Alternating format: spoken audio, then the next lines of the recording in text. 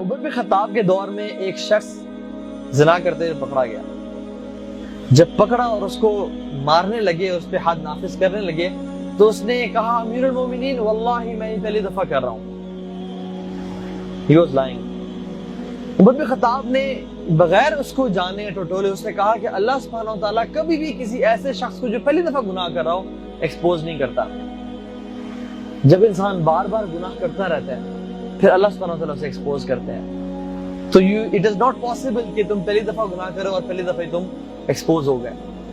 تو جو private life ہے ہماری، جو اس کو پاک کر لے گا نا، اللہ تعالیٰ اس کی پبلک لائف کو پاک کر لے گا.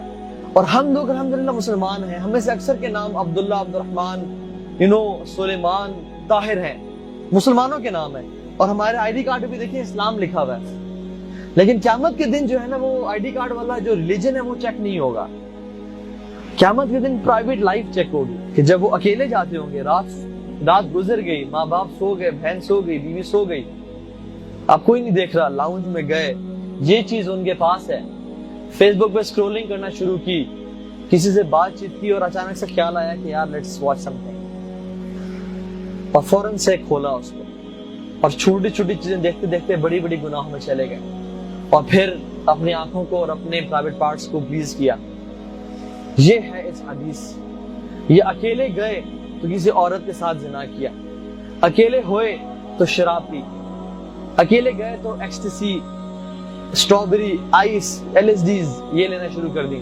وَإِذَا خَلَوْا جو پرائیویٹ لائف میں ہوں گے تو وہ ان کا مسئلہ پتہ کیا ہوگا؟ یہاں جو حدیث ہمیں بتاتی ہے وہ لوگوں سے ڈرتے ہوں گے، لوگوں سے چھپتے ہوں گے اور اللہ سے نہیں ڈرتے ہوں گے. یہ اللہ کو بالکل پسند نہیں ہے بات کہ میں آپ لوگوں سے تو چھپوں. حالانکہ آپ لوگوں کی کیا، آپ لوگ نہ مجھے رزق دیتے ہو، نہ آپ لوگوں کا اوپینین میٹر کرتا ہے، نہ آپ لوگ مجھے صحت دینے والے ہو، اور نہ میں آپ کو یہ سب کرنے والا ہوں.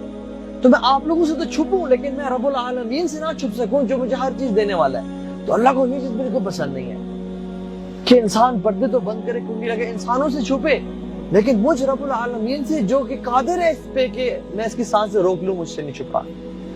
اور ہم چھپ کے جائیں تو کہاں جائیں؟ تو من اصلح سریرتہ اصلح اللہ علانیتہ.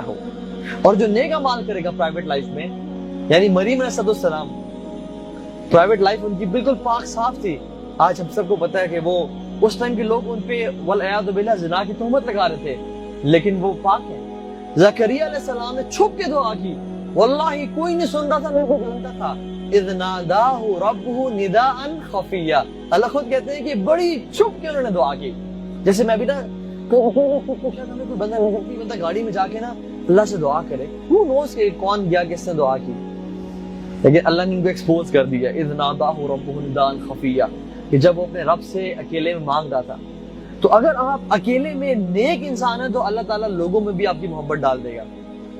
لیکن اگر آپ اللہ تعالیٰ کی خلاف ورزی کرتے ہیں، گناہ کرتے ہیں تنہائی میں، تو پھر الٹیمیٹلی لوگ بھی آپ سے ناراض ہوں گے اور لوگوں کے دلوں میں آپ کی عزت بالکل ختم ہو جائے گی اور they will not value you.